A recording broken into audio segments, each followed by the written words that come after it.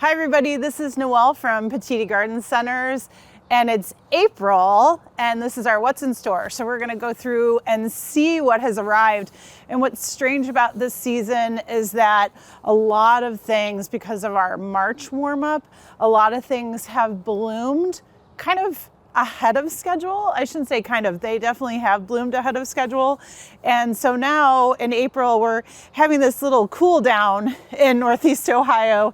And so that's good in some respects because some of the budding and blooming is kind of holding a little bit longer, so that's nice. But right next to me, I have snow fountains, weeping cherry, and these are beautiful trees. You see them out in the landscape, great ornamental plants, a little bit smaller as you can tell.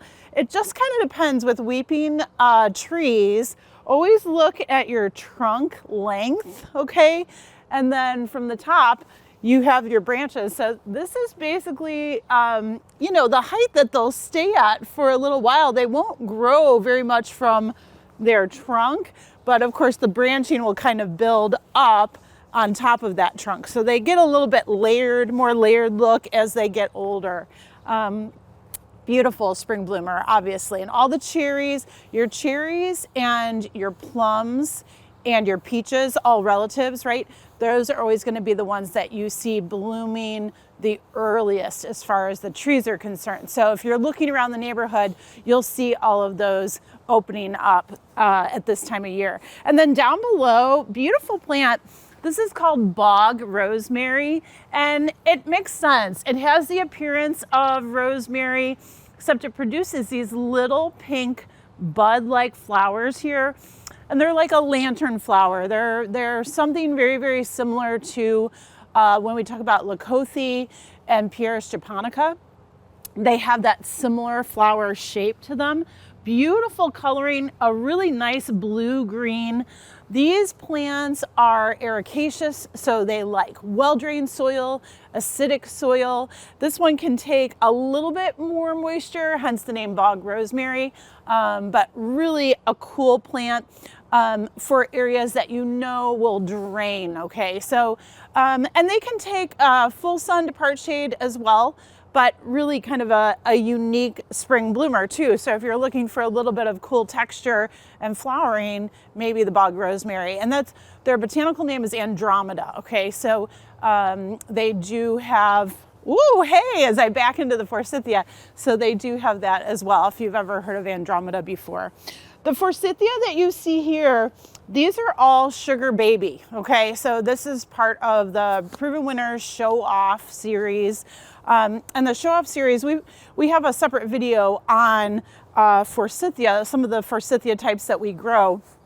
But sugar baby is gonna be real compact, okay? So you're really looking at the height here with this plant, maybe 2 foot tall out in the landscape, 2 by 2, maybe 3. I don't think it really gets up to 3 foot. Really dense flowering.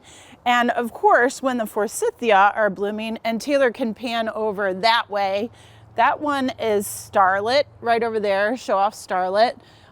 So a little bit bigger, but still really packed with flowers. And of course, when the forsythia are blooming, that's kind of that signal that it's time to put down the crabgrass control on the lawn. So again, we've already passed Easter because it's kind of early this year. So again, we're right in that kind of lawn care time window here where you want to put down your step 1 to control crabgrass. If you want to go ahead and seed, you can seed, but you've got to use the step 1 for seeding. So sorry, I just took a little tangent into lawn care there, but forsythia is kind of that reminder that you need to do that. These beautiful pink weepers right here, this is a peach. This is called Crimson Cascade, and they are beautiful. Look at those beautiful pink flowers. They're kind of a doubled pink petal. They still have a nice opening to them. So if it was a little bit warmer and the pollinators were out and about, they would be buzzing around through there. And just below here is your bonfire peach. So this is like a patio peach, a miniature peach. They grow great in containers. That's really what they were bred for. So larger container garden that you can plant them in, sunny spot on the porch or patio. But these guys can also grow in the ground. Just kind of depends what you want to do with it. Dark foliage on both of these. You can't see the foliage yet on Crimson Cascade, but it does have that dark burgundy foliage at first when the leaves start to push out. And then it tends to green into the growing season, and then it will turn a little bit of that burgundy color again for fall. This one stays burgundy the whole growing season. So really, really beautiful. But again, your peaches are early bloomers. So this is on its way out. You can tell that the flower petals are starting to drop off of this one. So just be aware of that. Okay, let's keep on walking. I think we have, and you can see all these green guys right here. Those are all green giant arborvitaes. So green giant arborvitae are a western arborvitae. They really are a true deer-resistant type of arborvitae. Very dark foliage, as you can tell. And again, we've done a video on arborvitae, all the different types, but beautiful soft foliage, very aromatic, really, really gorgeous.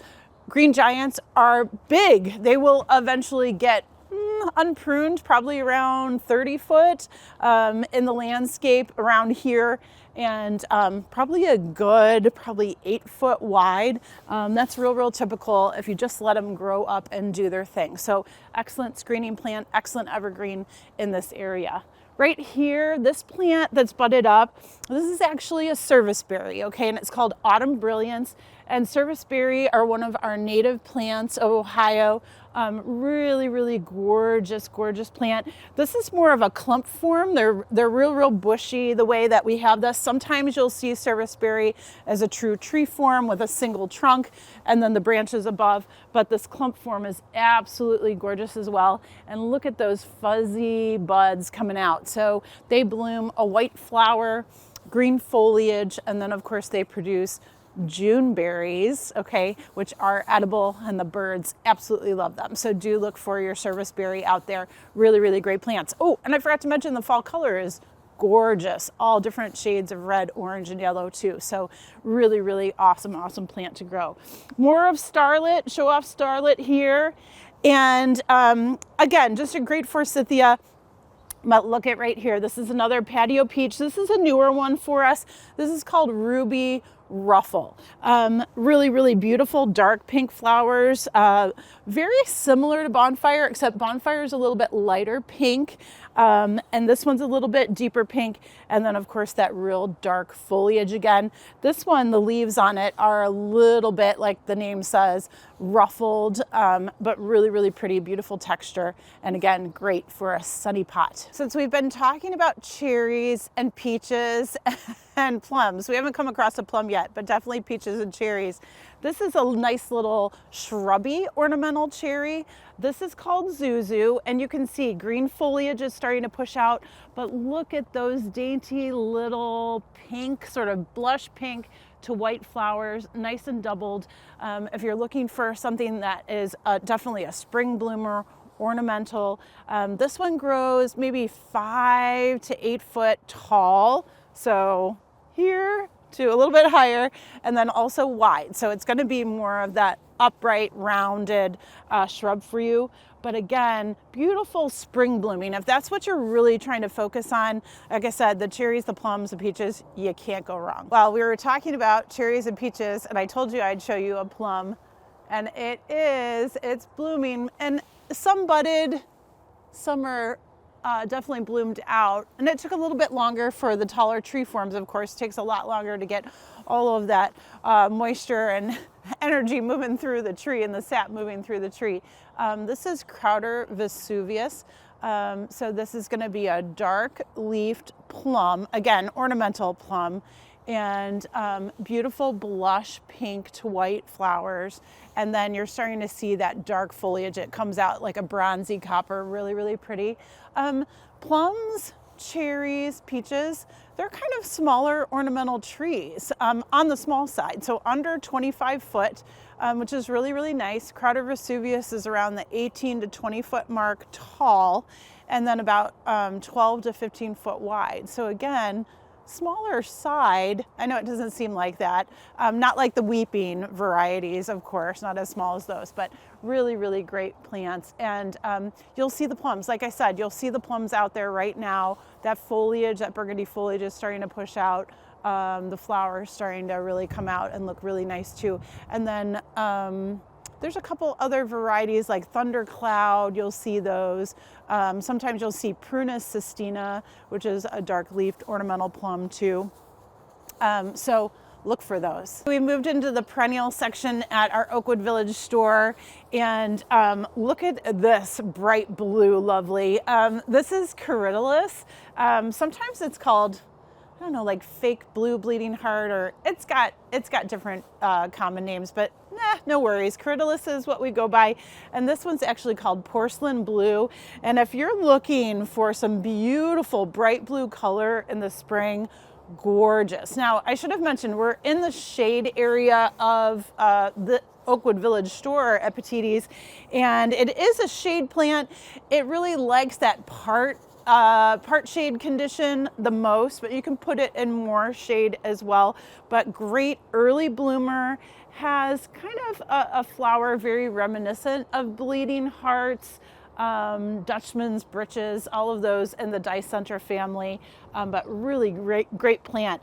This one's quite bushy, but typically in the landscape you're looking at no more than about, I'd say 12 inches tall and 12 inches wide. It just makes a nice bright blue mound, really, really beautiful. And then I have to show you, I think this is a new variety because I don't remember seeing this before. This is Pulmonium or Jacob's Ladder, and look at the variegated leaf on this. That there's yellow and pink and green, really, really beautiful. And then look at these purple flowers. This one's called Golden Feathers. It's really, really gorgeous. I need to tell you that the Corydalus and Pulmonium or Jacob's Ladder, very, very good deer resistance. They both kind of, if you would crush the foliage and the stems, they're both very stinky, so that's good, and the deer tend to stay away from them. You might get some nibbling here and there, but both very good perennial flowers that'll come back for you year after year, and they're deer resistant. And then we're gonna pop over here really quick because Taylor likes this one. This is your foam flower, or Tiarella. So Jacob's Ladder is a native plant of Ohio. Foam flower is a native plant of Ohio as well. So again, can adapt to those soil conditions and so forth. This one is a cultivated variety. It's called Skyrocket Pink, or Pink Skyrocket. I always get that wrong. So Pink Skyrocket, but look at that foliage, cut leaf, sort of an olive color right now, but it will get a little bit more burgundy coloring to it. And look at the little foam flowers popping up from it. Real compact, nice low mound. I like these in the garden if you have more shade and you really just want a low, really cool texture plant and colorful plant for your shade spots. Sometimes these guys will grow a little bit, should I say, longer or better, or stay in the ground a little bit longer than the coral bells. And I've always talked about how coral bells can pop up in the when we have freeze and thaw times in the winter, and so sometimes they don't stay connected with the soil, with their root system, but I feel like foam flower stays better connected with the soil. So keep that in mind if you're looking for that sort of cool foliage texture. Back here we do have lungwort. Again, this one, great plant, again, for deer resistance. Early spring color, you're always going to see the lungworts. Lots of different varieties here. I'm looking at Raspberry Splash here. Raspberry Splash has really tall stems. You can cut these stems and bring them in and put them in a vase. But the foliage, if you feel the lungwort foliage, it is super fuzzy. And that's one of the reasons that it is very, very resistant to deer and bunny browsing around the area. And of course you get that splash texture. It always looks like a different either paint or milk or what have you has been splashed on top of the foliage. And there's so many beautiful varieties. Raspberry Splash is more of a pink flowering variety, but there are some that are more of a blue, or they'll change and they'll start blue and go to pink, or they'll start pink and go to blue. So it is a cool family out there. And did I say their common name is lungwort? So evidently their foliage looks like lungs. So there you go with that one. We'll just stick with Pulmonaria. So we were talking about foam flower earlier. That was Tiarella, okay? And now we have a coral bell and a foam flower put together, and they're called heucherellas, okay? And the heucherellas, this is a new variety for us. This is really cool because Taylor and I were walking going, what's that? This one's called I Spy. No, Fun and Games I Spy. There we go. Anyway, look at this variegated foliage. It is so cool. It has a really light chartreusey green color to it right now, burgundy olive in the center, and pink flowers. It's really, really fun. And underneath, you can kind of see the older foliage in there. So it gets more veining. It gets a darker kind of sagey green color to it. I love it. It's really, really great. This one is supposed to grow maybe about 8 to 10 inches tall and about 20 inches wide. Okay, so again, low, mounded. You get a little bit of flowering out of it. Really, really pretty. So that's a cool one.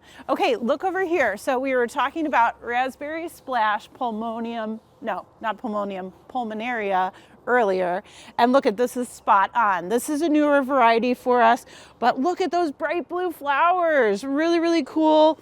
Very, very compact. Raspberry Splash seems to spread out a little bit more, has taller flower stalks, but spot on is really, really dense, really beautiful, and that blue is fantastic. It's coupled with wildberry heuchera or coral bell, okay, so that's a pretty popular one, and it's got that beautiful sort of lavender purple color to it.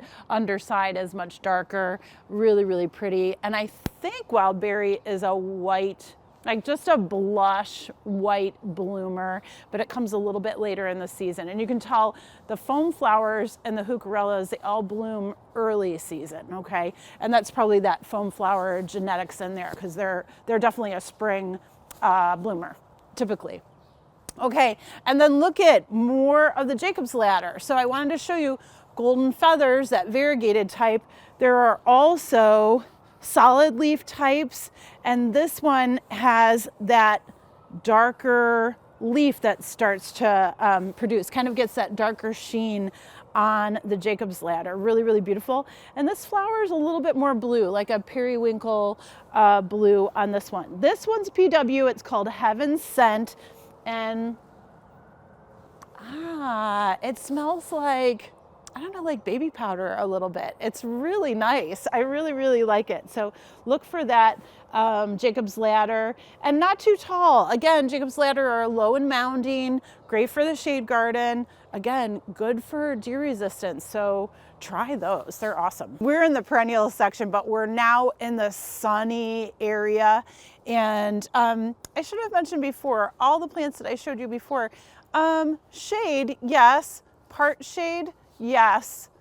You bring them into a lot of sun, you might have a little bit of, crispy edges, drying foliage, that type of thing. So just keep that in mind. These guys want to be in full sun. So 6 or more hours of sunlight typically for these plants. And there's a little bit of white here, and that's one of our favorite springtime flowers. This one's Candy Tuft or Iberis or Iberis. It just depends what you like to say. But really sweet smelling, more of a succulent plant.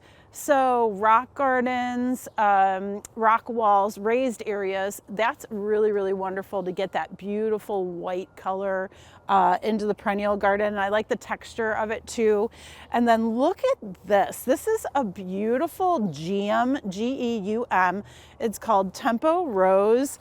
And we see GM sort of early spring into later spring and early summer typically, but they do have that capacity to repeat bloom. So you want to cut them back after they're done blooming to get them to flush out again. But the color on this is like an antique pinky peach. It's so pretty, and the new buds are kind of tie-dyed peach and pink, and then it opens up and it turns into a little bit more of a pale pink color, and then a little bit of a creamy color. It's really stunning. It's really beautiful in the garden. So if you like those colors, I would try this variety. It's just really gorgeous right now. Beautiful fuzzy green foliage. I will have to say deer resistance is like 50-50, sorry guys, where the foliage is okay because it's fuzzy and they tend to leave it alone, but they'll nip at the flowers every once in a while. So definitely either spray this one, protect this one when you're growing it. And I like looking at all the early foliage of everything before it starts blooming, because you get to see all of the texture that's out here in the perennial area, but look what's popping up. So the Gaillardias. The Gaillardia or blanket flower are going to be one of those early blooming native plants, gorgeous daisy type flower. We grow a lot of different varieties out here. Spin top is really one of our favorites.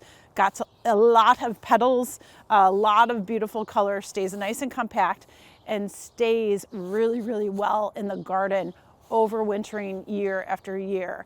They do need well-drained soil, guys. So again, put them in drier areas that are going to drain for you, not get waterlogged. They do not like wet root systems, okay?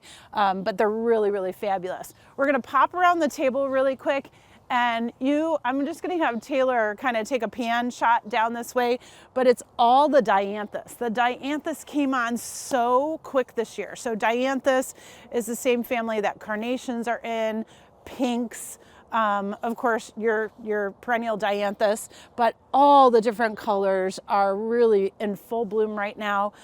Some really, really fragrant, others not so much, but some doubled flowers, single flowers. It just kind of depends what you like. And most of your Dianthus now just repeat bloom. They just keep on going and going and going, and you don't really have to do much of anything. This is one of my favorite spring perennials. This is a perennial bachelor button. It's known as Centaurea, and I always have everybody smell, and when the flowers are wide open, they smell like fresh peaches. They are phenomenal. You've got amethyst and snow here, and then this purple one, I always forget what it is. Sorry, amethyst dream. I'm going to try to remember it, but beautiful, beautiful flowers, super fuzzy foliage. Again, the more fuzz, the more fragrance, the better resistance for deer. So keep that in mind. Again, for full sun areas, they are spring bloomers. You can cut them back, feed them. You might get some sporadic blooms after that, but it's really just, this time of year is just fabulous. And then across the table here we have Armeria or Sea Thrift, and this plant is really, really fun. There's a new series of Armeria. It's called Dream Maria. I'm really having a lot of issues with some of the names because they all kind of run together. So Armeria, Dream Maria, and there's white, there's pink, there's a lavender as well. And these guys, they're a great little plant, especially for down by the mailbox. And I think I've mentioned this before, where they're almost succulent enough to handle drier conditions. They like to be in well-drained soil. They'd actually prefer more sandy soil, hence the name Sea Thrift, okay? If you're closer to Lake Erie and you have some sandy soil edges or borders that you want to plant, try Armeria. They're fantastic, and they'll just keep on pushing up blooms all season long. Really, really gorgeous plants. You can cut these flowers, you can dry these flowers. They're just really, really great. The deer don't seem to bother them. So awesome, awesome plant. Oops, and then let me pop over one more time because we're going to talk about the Columbine. Okay, so this is Aquilegia or Columbine, all different colors through this area. We've got a couple of different varieties here, the kirigamis and also whirlybirds, I think, but you can tell pink and white, red and yellow, blue and white, red and yellow, and then there's more of a purple, but oh my gosh, they're so gorgeous. Your Aquilegia are a native plant of Ohio, and there's just a lot of beautiful colors and varieties. And I'll have to tell you, the newer series are really, really good at pushing more and more buds out through the spring season. They really like cooler temperatures right now, and this comes back to, can I plant these perennials now? Yes, you can, okay? But the caveat here is, at this time of year, if you're having a really wet April, spring, which we are right now this year, then you have to wait until that soil drains, okay, naturally. And we're pretty waterlogged right now. But if you wanted to plant some of the perennials in pots and have a beautiful spring blooming display in some containers, and then transplant them into the ground when it starts draining better, perfect. Works really, really well, and you can enjoy them that way, and they love these temperatures. Like, this is not a problem for them whatsoever right now. Okay, beautiful, beautiful colors. Great hummingbird plant as well. So again, anytime you have a trumpet flower and you look at the back of it and it has these spurs, long spurs on the back, oh my gosh, their proboscis can go right in there, and they absolutely love it. Deeply hidden nectar is the key for hummingbirds. They really, really enjoy that. We made it inside, so Taylor and my ears are starting to warm up a little bit, but the greenhouses are starting to fill up here in the annual section. Yay! We do have cold crops here, so your lettuces, collard greens, cauliflower, cabbage, broccoli, Brussels sprouts. So if you're ready to start growing here, again, it's a little bit wet in the ground right now, but pop these guys in containers like this kale. Kale boats are ready to go. We call them boats or bowls, but you can pop them in containers and they will do wonderfully for you. And at least you can control the drainage in a container garden versus the ground right now, because it's just really wet. We've had 3 full days of rain so far. It's just been really wet. So try your cold crops right now, containers, no problem. And then look at behind me. We have some spring blooming bulbs here, some daffodils, some hyacinth. And a lot of folks ask us, can we plant these now? Yes, you can absolutely plant them now. You can enjoy them inside, enjoy the fragrance if you want to, keep them in a cool area, keep them away from direct sunlight, because the more heat and sun, they'll bloom out faster. But if you can keep them on the cooler side, enjoy them indoors as long as you'd like. You can plant them in containers, no problem. Again, when it starts to drain a little bit better, you can plant them in the garden, full sun areas in the garden, okay? But they'll do fine for you, and they'll return next year without an issue. They won't even know that you didn't plant them, you know, in the fall like we normally do. Let them winter over in the ground and then pop up in the spring. They won't know. They'll absolutely enjoy it, okay? So you can put them in the ground, okay, as soon as it's draining again. And then look at all the pansies and violas. Again, your cold crops really do enjoy these cooler temperatures at night. They can take a frost, they can take it. And even if it freezes, they'll just die back a little bit and then they'll sprout again. So really no worries whatsoever. Right now you can fill containers with a lot of different spring color and enjoy them, or edibles and enjoy them. And there's still a ton you can do in April with gardening, even if it's a little rainy. But again, April showers bring May flowers. So we'll get there soon. Enjoy.